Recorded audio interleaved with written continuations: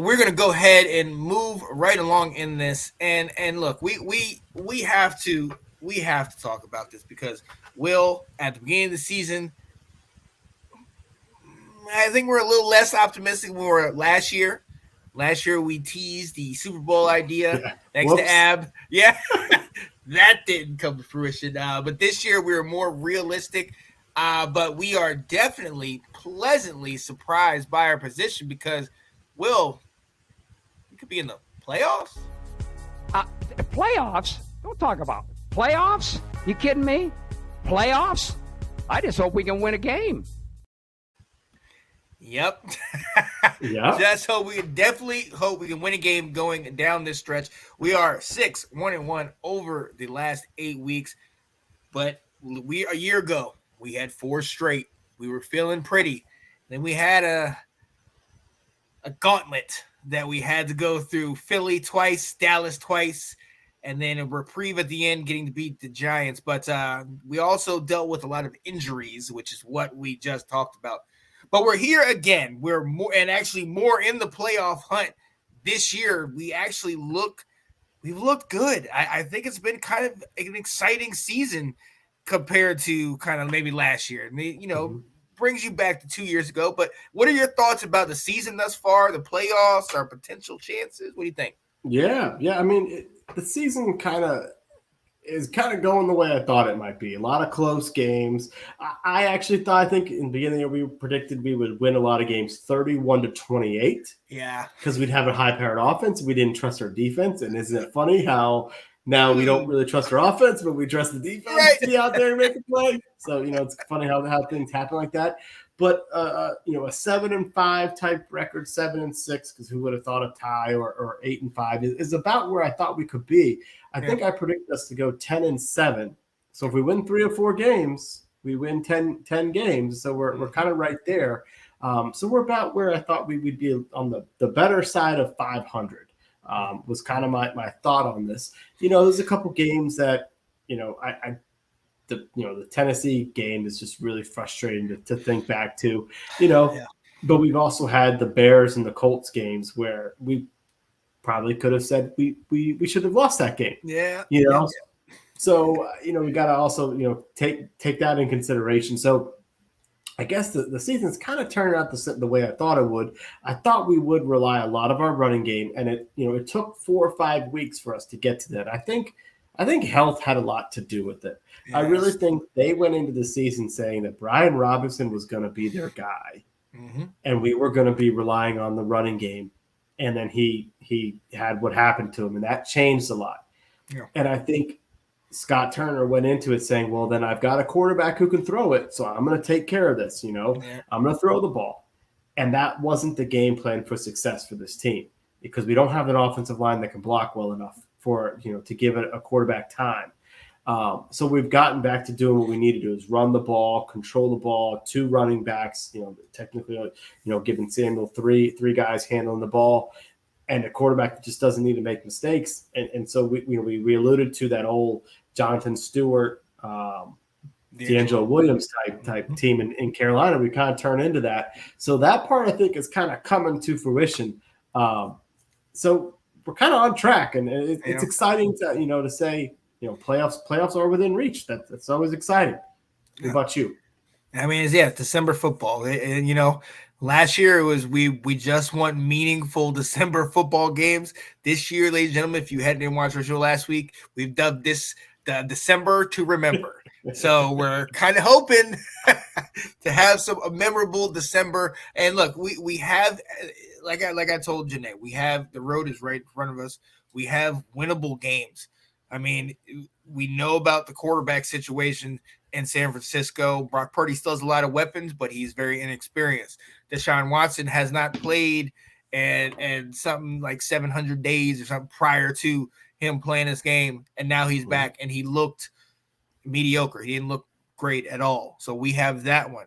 And then we're gonna have to play Dallas, and we know how we play against Dallas. We gotta get tough with them. But look, when I look back over the season, honestly, one of the things that I thought we needed to do early in the year, and I don't know if I said this on the show, but it was we need to start off fast.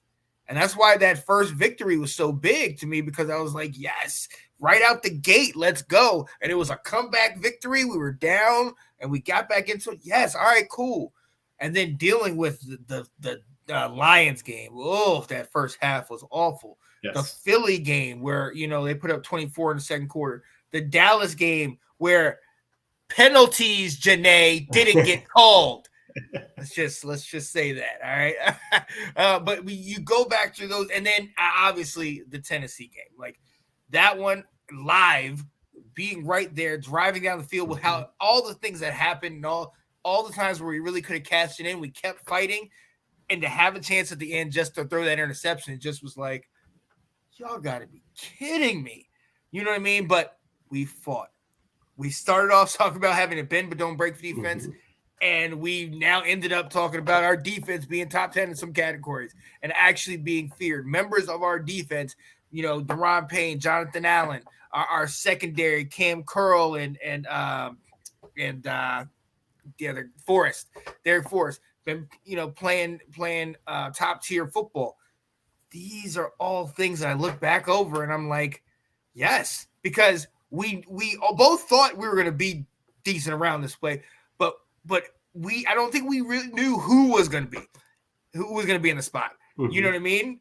We didn't, coming into the season before the incident, Brian Robinson was our guy. We saw what he did in preseason. Oh, this is perfect. This is amazing. And then we get that text or that notification. Brian Robinson has been shot. Yeah. Here we go. You know what I mean? Come into the season having Carson and having him for the amount of games that we had, the first 5 before he gets injured in the Chicago game. It was kind of like, okay, this is the opportunity that we didn't have last year with Fitzpatrick. But then it makes you think, would this have been how it would have been with Fitzpatrick a year ago? Like, would he? Because he really wasn't doing much for us early on in the season. So it honestly, it's been fun kind of just seeing kind of some of the defensive players emerge, seeing some of the guys kind of figure it out, and the coaching staff making the moves, letting go of William Jackson III. Obviously Sam Mills III being fired earlier in the year, making those necessary moves and coming together, man.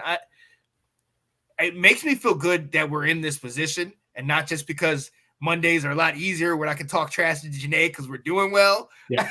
Yes. But it feels good because it's different guys getting it done. It's consistent, and we're having to fight hard to get it done. It makes us sweat, but at the same time, it's just like, okay, this is what we want. We want a competitive team that can play, and teams seriously have the game plan to compare, to get ready for us. So I could have asked for anything. Well, I could have asked maybe a couple more wins, but I'm good where we're at with what we expected coming into this year. I'm absolutely great where we're at.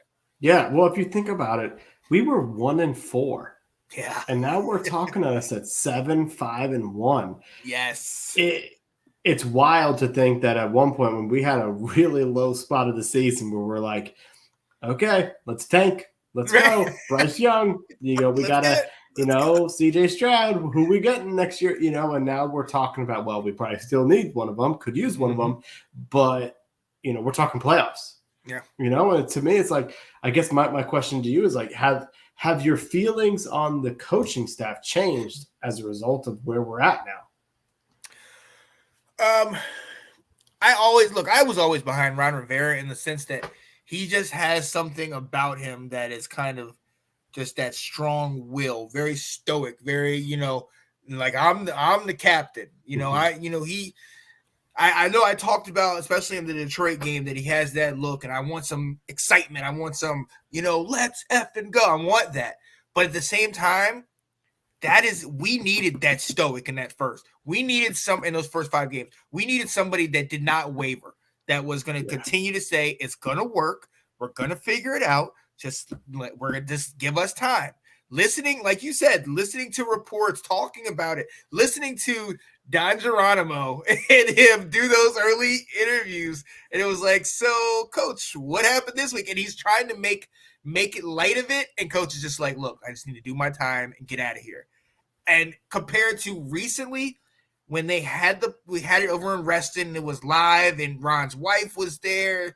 and it was jovial and they were laughing back and forth.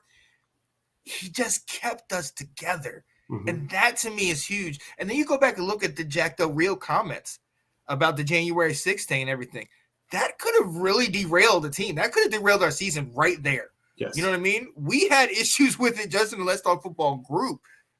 So it definitely could have been huge. But the fact that you were able to everybody still get on board and just that might be who your thoughts or whatever, but that's not football. That's not doesn't have anything to do with here. That's big. That's big. But my biggest improvement is Scott Turner. It is. In the beginning of the year, I thought he did what he could with what he had and trying to figure out the whole Carson Wentz thing. I think once Taylor got back, he knew, okay, Taylor knows this, Taylor knows that. And there's sometimes, like you said, second or third quarter, he's trying to speed up a little bit. Let me see if I can take some shot. Yeah. Yes. And then he's like, all right, fine. We'll go this speed, Taylor. That's fine. But it works. It works, but it's good. It's kudos to him for continually. He's learning. He's working with it. I don't want to say he's listening to all the gripes that we have, but he is definitely picking up on some things, and he's making some calls where you're just like, okay. Now he still has some bonehead calls where we're third and one in the shotgun, and you're just, we don't need to do this. We have an identity. Let's go to it. And sometimes we do get stuff, but still give them that shot. Because that offense needs the confidence to know, I'm going to call it. I'm putting it on you guys. This is what we want. You know what I mean? So, that's my opinion on the matter. Right. I mean, I still feel like, you say Ron is a great, steady influence. He said he's not going to get too high, too low. And it's interesting because he kept talking about that during that losing streak, that he just kept talking about, well, a couple plays here, a couple plays there, and we eventually started saying, well, you can't keep using that as an excuse. Right. Well, maybe what he was saying was, no, folks, this is, and a couple plays here and there were because a couple guys weren't doing what they were supposed to do. And we got rid of the couple guys who weren't doing what they were supposed to do to change that away. And maybe he just kind of knew a little bit more in there. I still kind of sometimes feel like Ron is old school. And so there's a lot of new school happening around the league with play calling and innovations and thought process. And I feel like we're more than a step behind on that. But he is a very steady influence on that locker room. He doesn't lose that locker room like we say. And I have to admit, early in the season, I'm like, well, I've been supportive of him, but I'm done with Jack Del Rio. Let's get a new defensive coordinator. This guy does not know what he's doing. Well, we might be wrong on that. Yeah. His job may be safe. So I certainly see him coming around, and I think what we see is we've got a good football team. We've got holes that we still need to patch up. We need I think even with Benjamin St-Juste, we could use another corner to help us out. We need to patch up this offensive line. It's not good enough. And I don't think we have the quarterback on the roster right now that we need moving forward.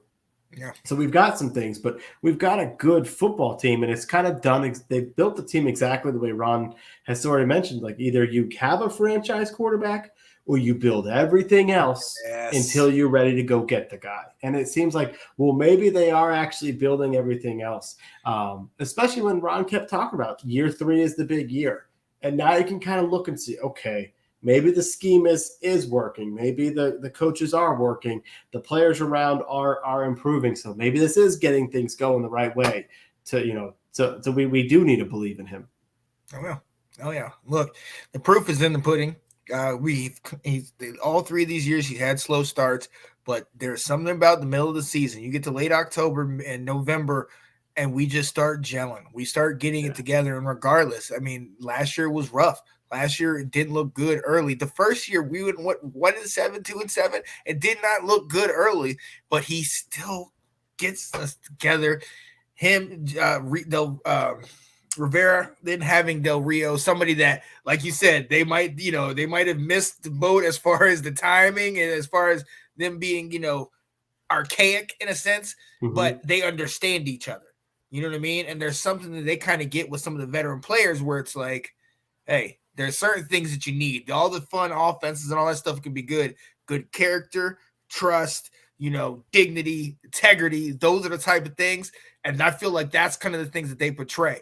You know what I mean? Ron Rivera sitting here having cancer and still sticking it out for the team. And then even with as recently as the situation with his mom passing away and still going there and coaching.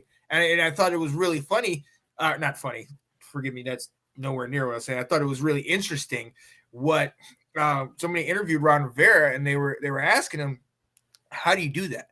You know, your mom just passed, you know, you're going through that in part of your life, you know, but you still have a professional team to coach. How do you do that? And he said, he calls it, he said he learned something a long time ago, and he always tells himself, you have to be where your feet are. You know what I mean? Like, you have to be present where you're at. And it helped. He had brothers, he had siblings that lived near where his parents lived, and he can go check on the father and everything while the proceedings and all the things are going, getting taken care of. But still, it's just the fact that you're able to kind of not detach, but just kind of know what you need to do, know what you're dealing with, deal with this. And then as soon as the game's over, as soon as the adrenaline wears off, you saw him in the locker room, couldn't even speak. You know what I mean? It just says something about him, and I think it supersedes all of the new fresh stuff. New fresh stuff's always going to get it. It's always going to be nice and fancy. But at the end of the day, players make it happen. So if we had a Mahomes, or if we had some of these stud quarterbacks that, you know, I can draw some up in the dirt that's going to work because they're just that good. But yeah, with him, I think it is more of, you know, if you trust in me, I'll have your back, and we're going to do this. And he's proven that through the interviews with Carson Wentz, with the whole thing. Trust in me. I'll defend you. It's us. It's us against the world. Let's go. And I think that's what he's built here. And I love that. We always talk about culture. That's what we need. Something good. And it's distancing us from that guy that still owns the team. Right. So he cleaned things up.